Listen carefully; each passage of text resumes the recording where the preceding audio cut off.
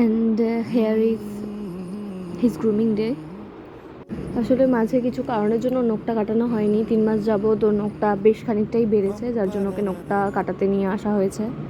আমরা নিয়ে গিয়েছি ওকে পিঙ্ক পজে, শিলিগুড়িতে SF রোডে এটা ব্রাঞ্চটা এদের।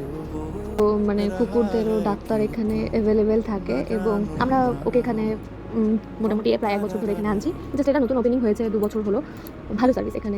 এই সবটাতে যাবতীয় যা কিছু ইচ অ্যান্ড এভরিথিং ওদের যা দরকার হয়, ডেইলি নিডস, যাবতীয় শ্যাম্পু থেকে শুরু করে মানে এভরিথিং ওদের যা যা দরকার হয়, খাবার থেকে শুরু করে ড্রেস, প্রতিটা জিনিসই এখানে অ্যাভেলেবেল আছে।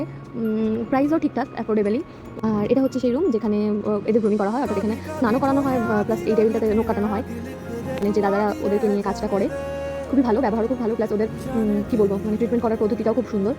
আর এই ছোট্ট স্পিচটাকেও স্নান করানো হলো আজকে, আর গরমের কারণে ওর লুঙ্গি কেটে দেওয়া হলো।